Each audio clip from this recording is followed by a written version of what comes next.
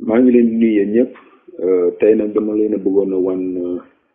nan ngeen di paramétrer application bi ñuy wax WhatsApp. Je pense que WhatsApp moom jërul sax ñu koy tudd di ko expliquer parce que ñëpp majeure partie bi par exemple ci àdduna bi nit ñëpp xam nañ ko mooy application bi ñu gën a utiliser pour communiquer mu nekk moyen de communication boo xam ne bu efficace la léegi nag malheureusement ñu bari xamul nan lañ koy paramétrer. loolu moo tax mën woon naa jël temps pour defal leen ci benn vidéo bu xaw a gàtt quoi. léegi dañuy ñëw fii ci sama kii bi sama téléphone dama ko connecté ak sama ordinateur pour ngeen mën a gis en action nan la WhatsApp bi nan ko mën a paramétrer quoi. léegi man application WhatsApp bi comme ni ngeen gisee nii moom laa installé noonu moo nekk nii léegi soo ci cliquer da ngay gis mu bindal la Facebook ci suuf application WhatsApp nag Facebook moo ko moom quoi Facebook moom ki nga xam moo moom Facebook moom application bi ñuy wax WhatsApp. léegi soo ko bëggee paramétrer am na 3 boutons yu nekk fii sa côté droit foofu ngay cliquer boo fa cliquer am na fu ñu bind paramètre nga cliquer ci paramètre léegi soo ñëwee ci paramètre am na fii boo xoolee 5 parties mais li ma gën a intéressé mooy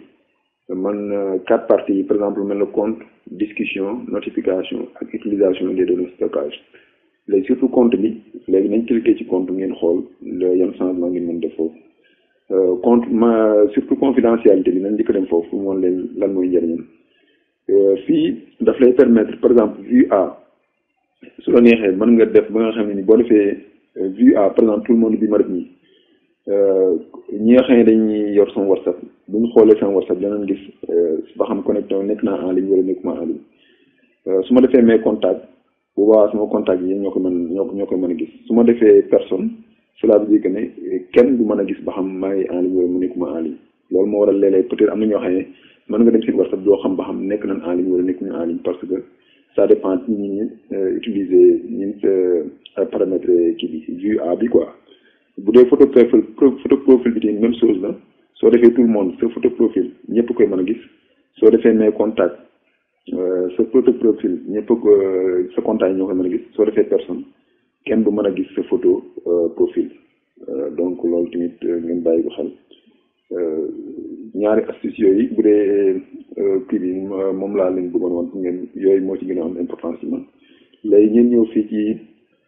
sécurité lii mooy pour gën a sécuriser sa kii moom c'est pas tellement essentiel pour man pour ma expliquer leen ko mais changer numéro bi foofu laa leen di expliquer changer numéro bi mën ko changer par exemple ñu bari xamuñu ne numéro WhatsApp bi c'est pas obligatoire mu nekk numéro bi nga xam ne moom ngay utiliser moom par exemple ci la application bi nekk mën naa nekk ci téléphone bi ngay sa benn ci sa téléphone yi ba pare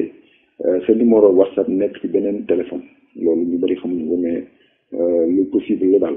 mën naa nekk boo ko paramétrer rek mais na nga assurer que ne téléphone boobu ngay jël noonu par exemple beneen pièce bi nay mën a recevoir message parce que à chaque fois que nga changer numéro de téléphone WhatsApp daf lay envoyer message boo xam ne ni mu ngay utiliser pour confirmer changement numéro boobu quoi léegi compte bi su la neexee mën nga ko supprimer compte soo yoon nga soxlaa boobu moom moo nekk nii supprimer léegi ñun nañ retourné waat ñëw ci buñ demee ci compte voilà compte bi kii ni ko léegi ñun dem ci discussion ti fii li fi gën a am solo mooy liñ bind sauvegarde ñu bari xamuñu sauvegarde ñu ngi ci sauvegarde daf lay permettre ba neexee boo ko paramétrer gis nga ni mën nga sauvegarder sa message yi nga xam ne moom nga am ci sa WhatsApp yëpp mooy discussion yi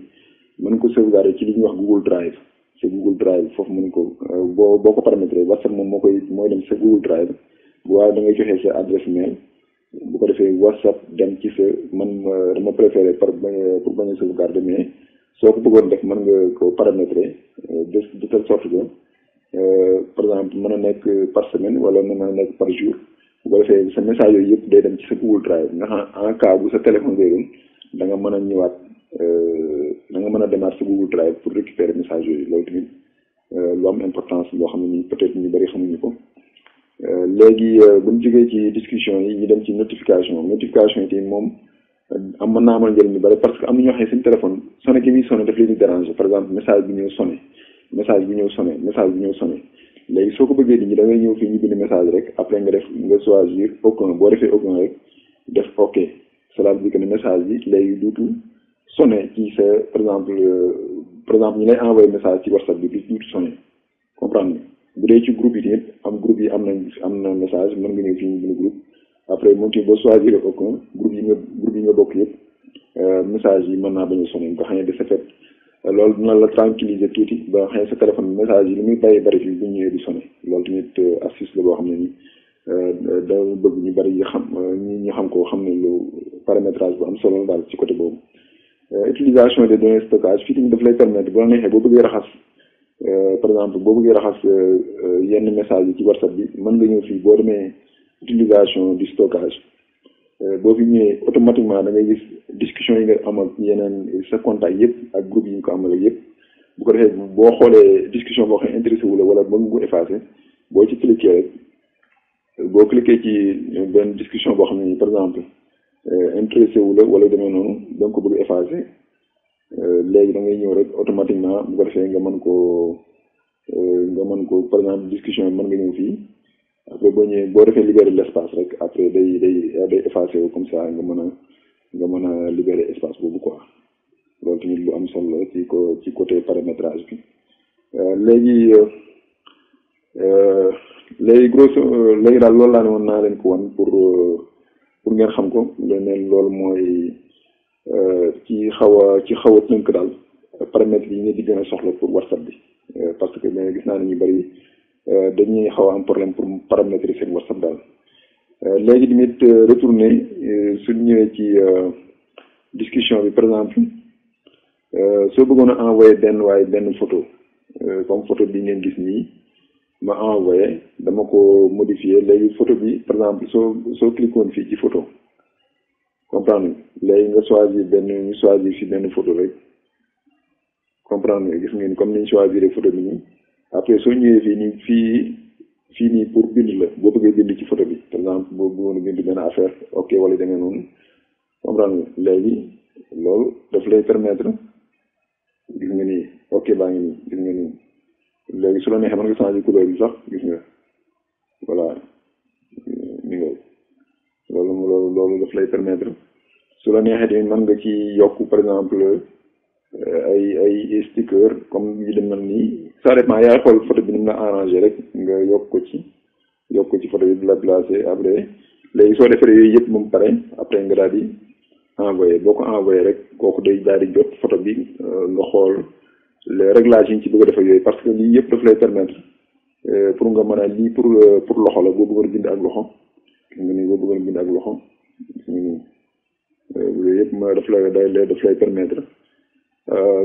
application WhatsApp bi daal dafa riche ba nga xam ne nii léegi